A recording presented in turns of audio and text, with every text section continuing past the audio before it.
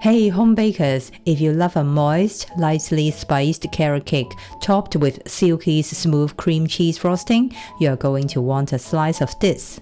Today I'm making one of my all-time favorites, carrot cake. It's cozy, delicious, and honestly, it is the kind of bake that makes your kitchen smell amazing. Let's get into it. Start by peeling and shredding your carrots. You will need around 300 grams, roughly it's about 5 to 6 medium small ones. Now let's prepare our walnuts, which are one of the key ingredients in the carrot cake. First, we will toast them to bring out their full flavor and improve their texture, making them extra crunchy. Then chop them into small pieces, not too small but not too big either. You want just enough crunch in every bite. Save around 2 tablespoons of walnut pieces for decoration. Then lightly spray the rest with the water mist and coat them with flour. Here's the pro tip: the flour acts like a glue, helping them cling to the batter and stay evenly distributed. Now mix up all your dry ingredients: flour, spices, I'm using cinnamon, ginger, and nutmeg, baking powder, baking soda, and salt. A quick mix here makes everything easier later on. Let's move on to the wet ingredients. Start by mixing the vegetable oil and light brown sugar first until well combined. Then add the yogurt and vanilla extract and mix until everything comes together. The yogurt adds moisture and makes the cake extra tender. Now for the eggs, we need 4 eggs. Add them one at a time, whisking well after each addition to make sure it's fully incorporated before adding the next.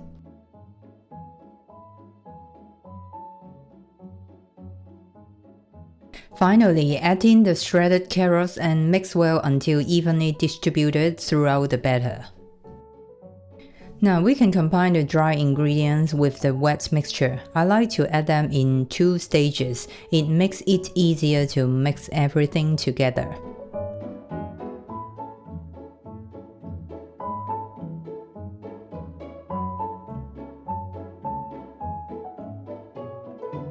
Lastly, add in the flour-coated walnut pieces and mix until they are well blended through the batter.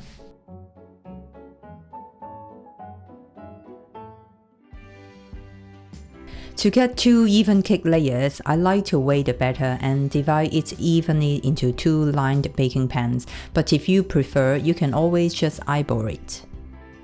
When you are happy with the batter, bake the cakes in a preheated oven at 175 degrees Celsius fan for about 35 to 40 minutes, or until they are golden brown on top.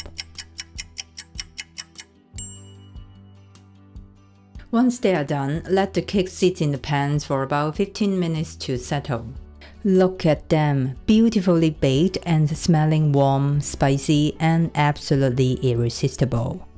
When they are cool enough to handle, remove them from the pans, peel off the parchment paper, and let them cool completely on a wire rack. We will start by beating the butter until it's pale and fluffy. This helps create a light and creamy base for our frosting. Then sieve in the icing sugar to remove any lumps. It makes it much easier to blend smoothly into the butter. Always add a pinch of salt. It helps balance the sweetness and brings out the overall flavor. A small step that really makes a difference.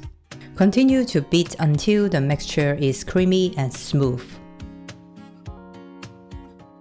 Now add the vanilla extract and keep beating until it's fully combined. For the cream cheese, it has to be full fat, non-negotiable. If it's not, it won't hold its shape and the texture will turn watery, and that's the last thing we want. Beat the mixture until it's completely blended. Last but not least, add lemon juice. It gives the frosting an extra tanginess, making it even more delicious. Give it a quick mix until it's fully incorporated. You will know it's ready when it's smooth and creamy and has a spreadable consistency. You can either use it right away or store it in the refrigerator until you are ready to use it. Now that the frosting is ready and the cakes are cooled, we will trim off the top to achieve even layers and give the cake a professional finish. Run a knife horizontally along the cake while slowly turning it.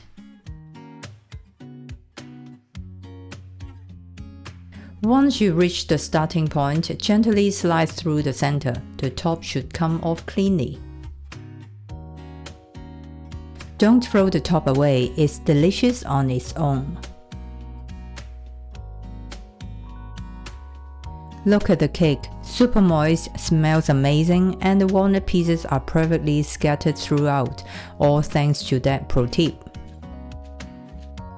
Before decorating, I set a non-slip mat and placed my reusable acrylic board on top. It's clear, comes in different sizes and more sustainable. Now we are ready to decorate.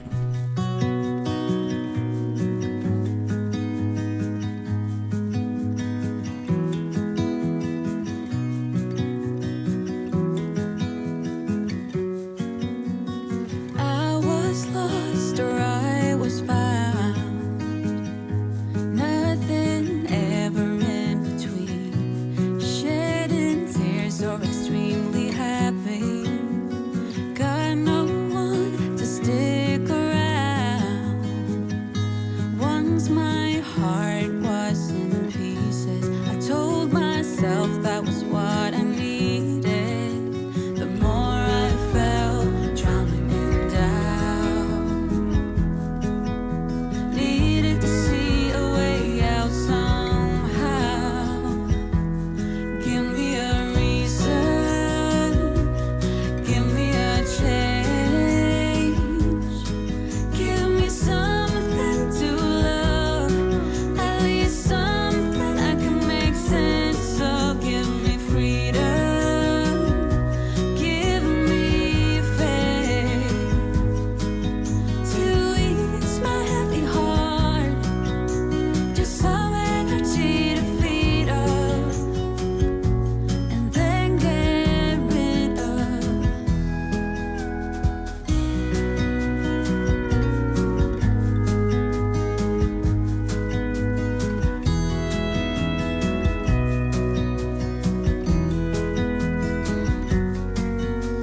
I wanna love, still yearn for heartbreaks, like the feeling of misery. I created my own reality, and as the days pass, the story began. Pushed and pulled until they ran. Give me a reason, give me a change, give me something to love, at least something I can make sense of. Give me freedom, give me faith to ease my heavy heart, just some energy to feed off and then get rid of.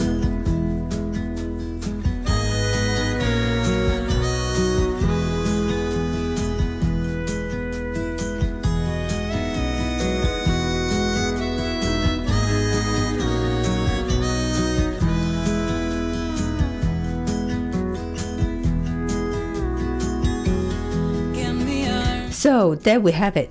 I hope you will give this carrot cake a try. Click the link in the description for the full recipe. It's seriously one of my favorites and trust me, it's worth a try. If you enjoyed this video, please give it a like and share it so more people can try it too.